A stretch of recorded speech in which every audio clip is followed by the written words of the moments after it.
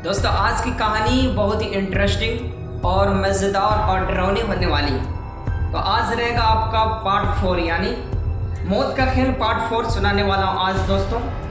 तो मैं आप लोग को एक ही रिक्वेस्ट करूँगा और मैं आप लोग किससे नाराज़ हूँ किस चीज़ के लिए कि आप लोग वीडियो देखते हैं लेकिन लाइक कमेंट नहीं करते हैं। आप लोग को वीडियो कैसा लगेगा, अच्छा लगेगा, बुरा लगेगा, तो प्लीज़ आप लोग कमेंट में एक बार ज़रूर राय देंगे कि आप लोग को वीडियो अच्छी लगी, ख़राब लगी, ताकि मैं लोग को ये मोटिवेट मिलेगी कि मैं जो वीडियो बना रहा हूँ आप लोग को अच्छा लग रहा है या ख़राब लग रहा है, इसमें ये चीज़ पता होता है। तो दोस्तों इस वीडियो का टारगेट है कि आप लोग 5 लाइक, बस आप लोग 5 लाइक कर दीजिए और 5 कमेंट।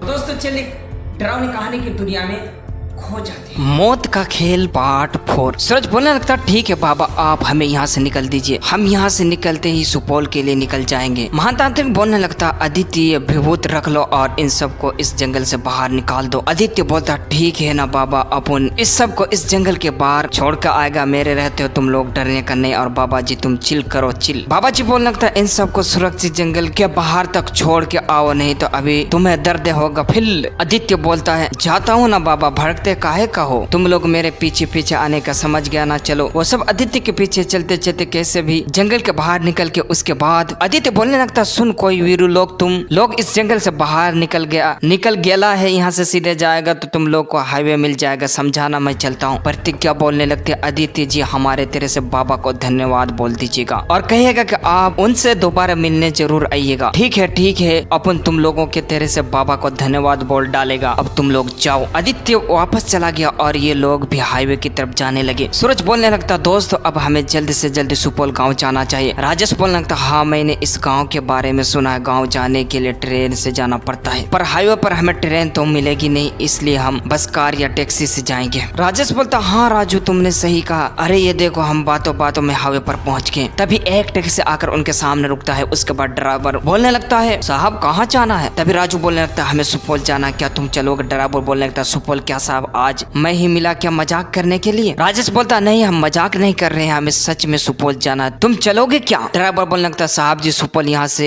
1-2 किलोमीटर नहीं, सुपौल जाने के लिए आपको पूरे 2 दिन लगेंगे। प्रतिज्ञा बोलने लगती 2 दिन या तो बहुत ही ज्यादा समय है, दोस्तों क्या हमें जाना चाहिए कि नहीं। सोच बोलता बाबा ने कहा है उस सुरंग का समाधान सुपौल में ही मिलेगा, अनिता प्रिया और बाकी सबको बचाने के लिए हमें तो जाना ही पड़ेगा। राजू बोलता भैया आप सुपौल चलेंगे क्या। ड्राइवर बोलने लगता हाँ मैं जरूर चलूंगा, पर किराया 50,000 रुपये ही लूंगा। राजेश बोलता ठीक है चलिए। राजू बोलता राजेश हम 50,000 रुपया कहाँ से लाएंगे। राजेश बोलता वो सब हम बाद में सोचेंगे, अभी तो हमें जल्दी ही यहाँ से निकलना होगा, जितना जल्दी हम यहाँ से निकलेंगे उतना ही जल्दी हम सुपौल पहुँचेंगे। अब चलो यहाँ से सब टैक्सी में बैठ जाते हैं और ड्राइवर सुपौल की तरफ निकल जाता है। उसके बाद और उधर वो आत्मा अनीता के शरीर को घसीटते हुए गुफा की ओर अंदर ले जाता है। उसके बाद वो आत्मा अपनी भयानक आवाज से बोलता है मुझे तुम्हारे शरीर की जरूरत है। उसके बाद उस आत्मा ने अपने बड़े बड़े नाखून से अनीता के एक हाथ थोड़ा सा काट डाला और अनीता के हाथ से निकाल रहे खून के उस आत्मा ने अपने सर पर लगाया और खून लगते ही वो आत्मा एक काले धुंध में बदल गया और अनीता के कटे हुए हाथ के रास्ते को अनीता के अंदर चला गया। उसके बाद रात में 11:55 में वो लोग टैक्सी से सुपौल जा रहे थे। राजू बोलने लगता अरे दोस्तों मुझे भूख लग रही और रास्ते हमें कोई होटल भी नहीं दिखाई दे रहा। सूरज बोलता हाँ यार हम सुपौल तो परसों पहुंचेंगे, तब तक हम खाएंगे क्या। ड्राइवर बोलता अरे साहब आप लोगों को भूख लग रही है तो आप लोग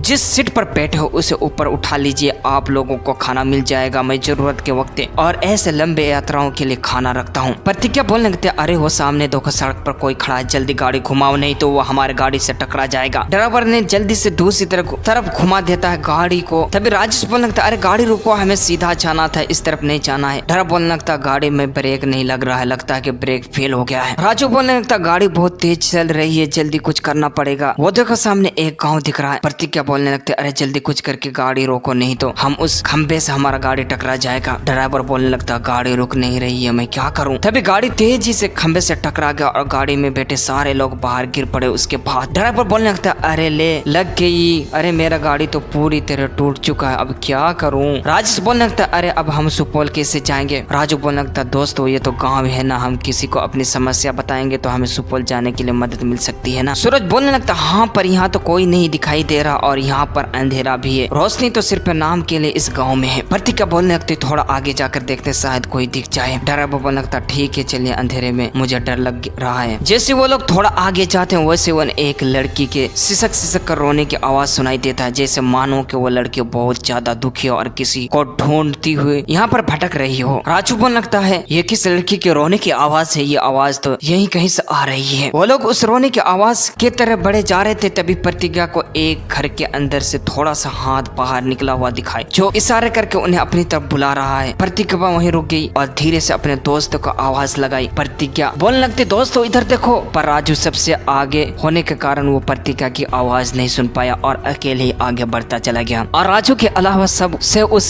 इशारा करते हुए हाथ को देखा और आपस में बात करने लगे। राजेश बोलने लगता है वो किसकी हाथ है और हमें वो अपने पास आने के लिए इशारा क्यों कर रही है। सूरज बोलने लगता क्या हम वहाँ जाकर देखें। दोस्तों प्रतिज्ञा बोलने लगते नहीं, हमें बिना सोचे समझे वहाँ नहीं जाना चाहिए, हो सकता है कि वो किसी आत्मा या रूह का हाथ हो। राजेश बोलने लगता हाँ फिर ये सही बोल रही हो, वैसे भी यहाँ बहुत अंधेरा है, बस वही घर में बत्ती जल रही है। ड्राइवर बोलने लगता तो हम यहाँ ऐसे खड़े भी तो नहीं रह सकते हैं ना। तभी उन्हें अचानक एक जोरदार चीख सुनाई दे। वो चीख किसी और की नहीं बल्कि राजू ही की थी। प्रतिज्ञा बोलने लगती ये चीख किसकी थी? राजू, राजू कहाँ है? सब जल्दी जल्दी राजू को इधर उधर ढूंढने लगे। उसके बाद ड्राइवर बोलने लगता मुझे तो लगता है कि यहाँ कोई आत्मा है, मैं उस हाथ की तरफ जाता हूँ, अगर आप लोग को आना है तो आ जाइएगा। ड्राइवर को भागता देख सब उसके साथ भागते हैं। उस घर के पास पहुंचने के बाद वो लोग घर का दरवाजा जोर जोर से खटखटाने लगे। एक लड़की ने दरवाजा खोला और वो लोग घर के अंदर गए और उस लड़की ने जल्दी दरवाजा बंद करके उसके बाद प्रीति मुझे पता थी कि इसलिए मैं कब से आप लोगों को इशारा करके यहाँ बुला रही थी। प्रतिज्ञा बोलने लगती आप हैं कौन और आप हमें क्यों बुला रही थी और हमारा एक दोस्त अचानक कहाँ गायब हो गया है? प्रीति बोलने लगती मैं इस गाँव के प्रधान जी की बेटी प्रीति हूँ और इस गाँव में 6 बजे के बाद एक रूह रोती हुई घूमती रहती है, वही रूह आपके दोस्त को अपने साथ लेकर गई होगी। राजेश बोलता है ये रूह आखिर है किसकी? प्रीति बोलने लगती है ये मैं नहीं जानती पर मेरे पापा जानते होंगे इस रूह के बारे में। सूरज बोलने लगता तुम्हारे पापा है कहाँ और हम उनसे कैसे मिल सकते हैं? प्रीति बोलने लगती है वो आज नहीं आए हैं क्योंकि उनके आने से पहले वो 6 बज चुके थे, वो कल दूसरे गाँव से आएंगे, तब आप लोग उनसे मिल लीजिएगा। अभी आप लोग आराम कीजिए, मैं आप लोगों के खाने का इंतजाम करती हूँ। फिर प्रीति किचन में चले जाती है। उसके बाद प्रतिज्ञा बोलने लगती है अब हम यहाँ से कल ही जाएंगे और कोई रास्ता नहीं है। राजेश बोलने लगता राजू को बचाने के लिए हमें इस गाँव के प्रधान जी से मिलना होगा और उसके बाद हमें प्रिय, अनीता और बाकी सबको भी बचाना है। ड्राइवर बोलने लगता बाकी सबको बचाना है, इसका मतलब वो लोग ड्राइवर को सारी बातें बताते हैं। उसके बाद ड्राइवर इसका मतलब आप लोग पहले से ही आत्मा के चक्कर में फंसे हैं, आप लोगों ने मुझे पहले क्यों नहीं बताया? अगर मुझे पहले पता होता तो मैं आप लोगों के सुपौल ले जाने के लिए तैयार ही नहीं होता। ईश्वर उठा ले मुझे नहीं, उस आत्मा को उठा ले, उस आत्मा की वजह से मैं घर नहीं जा पा रहा हूँ, घर पर मेरी बीवी मेरा इंतजार कर रही होगी। सूरज बोलने लगता है भूत प्रेत और आत्माओं के बात सुनकर पागल हो गया, इसलिए कुछ ज्यादा ही भावुक हो रहा है। प्रीति बोलने लगती खाना तैयार, आप लोग खा भी लीजिए। प्रतिज्ञा बोलने लगते ठीक है हम अभी खा रहे हैं। अगली सुबह जैसे होती है प्रधान जी घर आते हैं और प्रधान जी आवाज लगाते हैं प्रीति बेटा, प्रीति बेटा। प्रीति प्रधान जी के सामने आती है। प्रीति के साथ सूरज, राजेश, प्रतिज्ञा और ड्राइवर भी आते हैं। उसके बाद प्रधान जी बोलने लगते हैं प्रीति बेटा ये लोग कौन है और हमारे घर में क्या कर रहे हैं? प्रीति बोलने लगती पापा ये लोग उस रूह के शिकार होने वाले थे पर ये लोग बच गए, पर इनका एक साथी उस रूह का शिकार हो गया। प्रधान जी बोलता है ओह सुनकर दुख हुआ, तो अब तुम लोग क्या चाहते हो? दोस्तों ये सब दोस्त है, उस प्रधान जी को क्या बात करेंगे? दोस्तों क्या इन लोगों को प्रधान जी उस आत्मा के बारे में कुछ बताएंगे? आगे क्या होगा दोस्तों? जानने के लिए कमेंट में नेक्स्ट पार्ट लिखें।